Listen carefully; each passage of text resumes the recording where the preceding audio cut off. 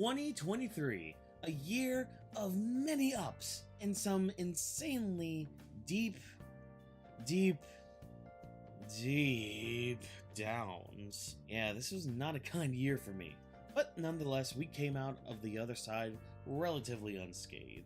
Luckily, we have media to help us escape from the nastiness of the real world, and this year, I had the opportunity to check out some amazing shows, movies, and video games.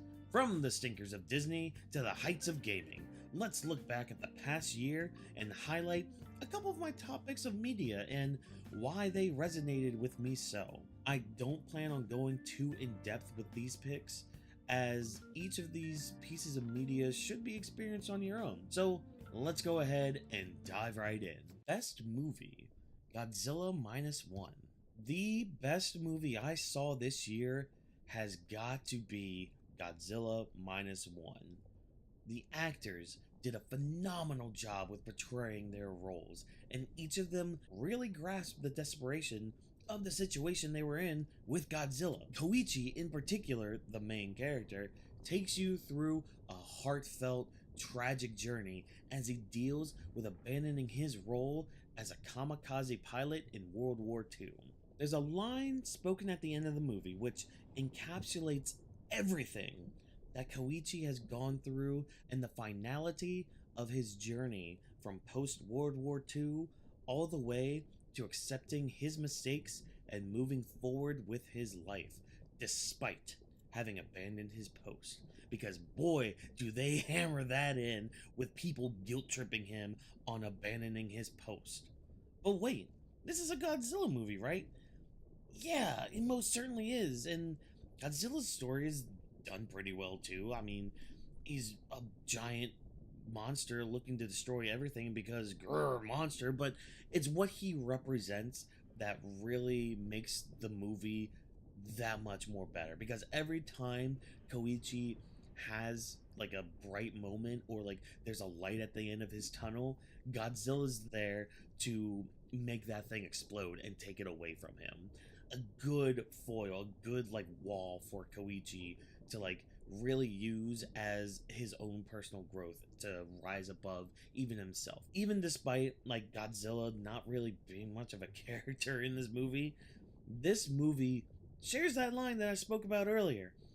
It speaks volumes to anyone going through any mental, emotional, or physical type of pain. That single line is worth the 2-hour movie, which sped by as quickly as you can say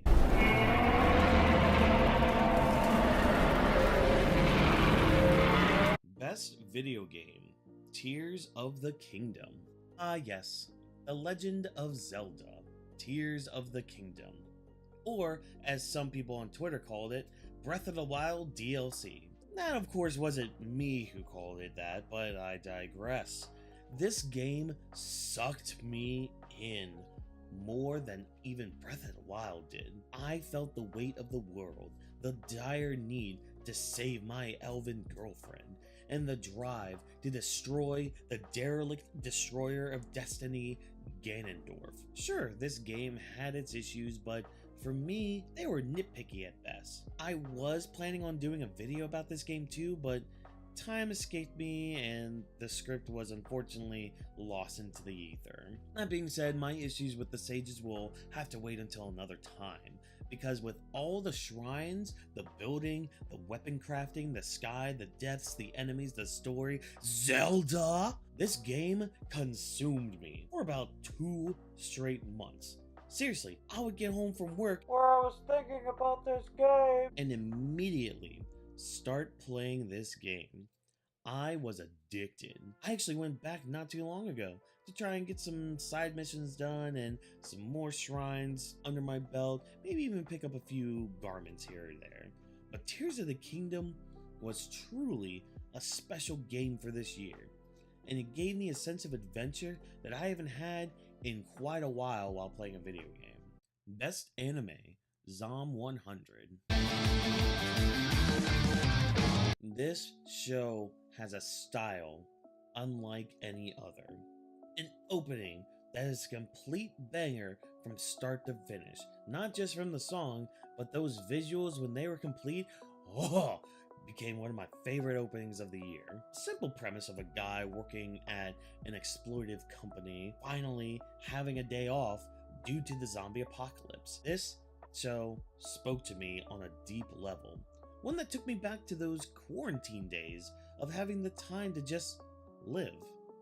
And that's the lesson I learned from this show, was to enjoy life. Because you never know when it's just gonna end, or we have to be quarantined again because of some virus going around. And that may sound like an easy task, a simple statement if you will, but with life's ever-changing ways, it's kind of hard to sit back and do what you want. Giving yourself the freedoms to live, experience life, find love, have friendship, and do more than be a corporate slave for the rest of your life. This show made me want to live again. And just to go out and be with friends, and I appreciate that greatly. I just wish the anime didn't have the messed up schedule that it did. But it's fine. I caught up to the manga, and everything I adore about this series is just as good, if not better in some spots, than the anime. Do go check it out, because it's one that can certainly remind you of those simple things in life. Best manga, Magilumiere. Theo told 18-year-old Watkins, "Hey bud, would you think that a series about magical girls would be one of your top series when you were 33? The answer back then would most certainly have been no. Good thing it's not 2009 then, because 2023 Watkins adores this series. The art is pleasing to the eyes. The action, though few and far between, is flowing and matches the style being shown. That's not the kicker of this story though. No! That comes with the story itself. Well-written characters on top of relatable situations when it comes to life and the workplace? Yes, please. Especially for those people who are looking for more adult-centered series to follow. I say adult-centered, but don't worry, boobs aren't right in your face, people's heads aren't getting chopped off, nah. This is like relatable stuff, like trying to find a job, dealing with the corporate world, and having to go through red tape. Things like that is what I'm talking about when it comes to adult-centered. Hell, the relationships that these people have with each other is very adult-centered. Like, these are adults becoming friends and having goals and dreams that aspire to, and they just come together to help each other with that. And with an anime coming up soon, this series can be a sleeper hit with so many people, because nothing feels out of place in this series. Yeah, it deals with magical girls and magic and what have you, but like, just the situations and the character work being done is stuff that I've kind of seen in our real life. But I highly recommend Magilumiere. It's one of the series that I look forward to every single week. Best animation, Adventure Time. You know, I did try to watch Adventure Time during my college years. I just never really had the time to actually sit and watch it. Am I glad I did now? Because this world is amazing. We like to praise Oda for having great world building. No! Get on Adventure Time level, because that shit was good.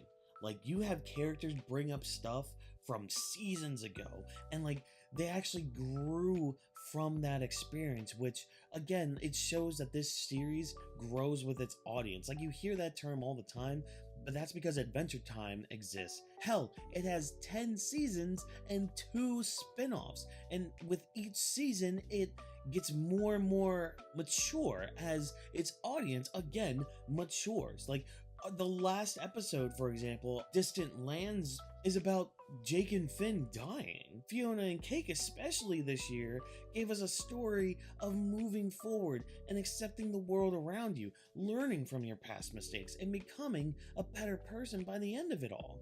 A truly special series that is kind of hard for me to talk about, as every episode and character would highlight some random element of our world and contextualize it into their own situations. We could be here for hours just talking about tree trunks of all people. Freaking tree trunks! Look at this character. But still, you would think, oh, this character is just going to be a one-off character, just one cutesy little character. No!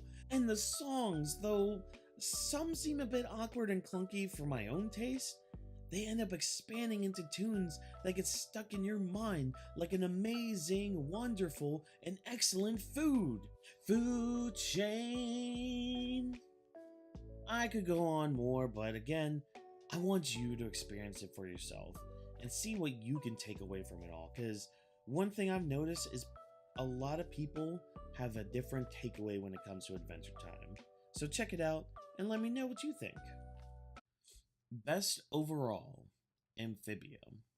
I don't want to speak too much about Amphibia here, as I do have a video coming out about the show at a later date, but I at least want to highlight it here as the show that helped course correct my own life. Having to go through many changes in my personal life this year, Amphibia reminded me on how to deal with those changes. Accepting those changes may seem like the hard part, but the real challenge was accepting myself.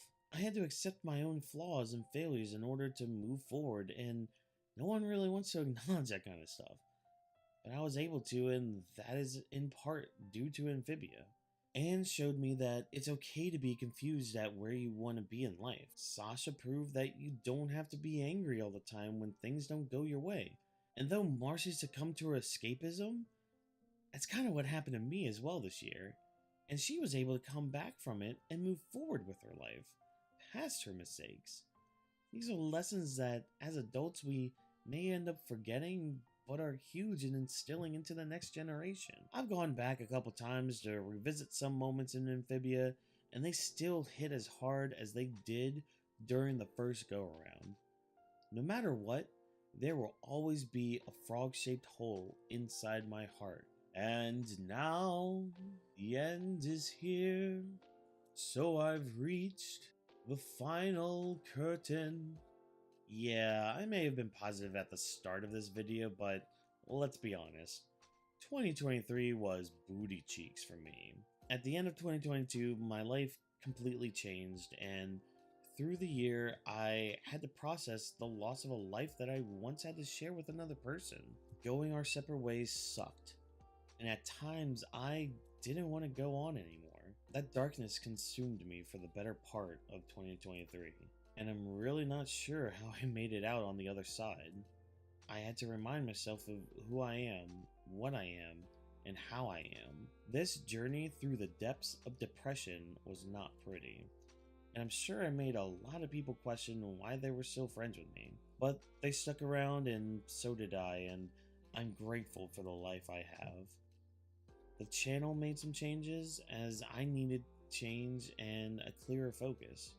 For those who still support me, I thank you from the bottom of my heart. I do plan on doing some more anime-based videos again, mainly sticking with ARC reviews from here on out.